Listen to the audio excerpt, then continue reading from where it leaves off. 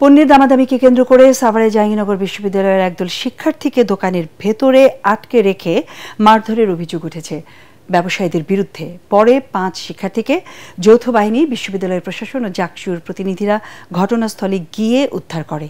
এই ঘটনায় ক্যাম্পাসে শিক্ষার্থীদের মধ্যে উত্তেজনা ছড়িয়ে পড়ে। সোমবার রাত 9টার দিকে সাভার বাজার বাস স্ট্যান্ডের পুরাতন ওভারব্রিজ সংলগ্ন রয়্যাল মার্কেটের একটি চশমার দোকানে এই ঘটনা ঘটে। প্রত্যক্ষদর্শীরা জানায়, গণিত বিভাগের 53তম ব্যাচের শিক্ষার্থী আসাদুজ্জামান আসাদ ও তার সহপাঠী ওই দোকানে হেডফোন কিনতে যায়। দামাদামির এক পর্যায়ে উত্তেজনাকর পরিস্থিতি সৃষ্টি হয়। এক পর্যায়ে দোকানের মালিকসহ কর্মচারীরা শিক্ষার্থীদের উপর হাতুড়ি দিয়ে আঘাত করেন। উত্তপ্ত পরিস্থিতি এক পর্যায়ে অসুস্থ হয়ে পড়েন ওই দোকান মালিক। পরে আশপাশের দোকান মালিকরা তাকে উদ্ধার করে সাভারের এনাম মেডিকেল কলেজ হাসপাতালে নিয়ে যায়। এ সময় ব্যবসায়ীরা শিক্ষার্থীদের অবরুদ্ধ করে রাখে।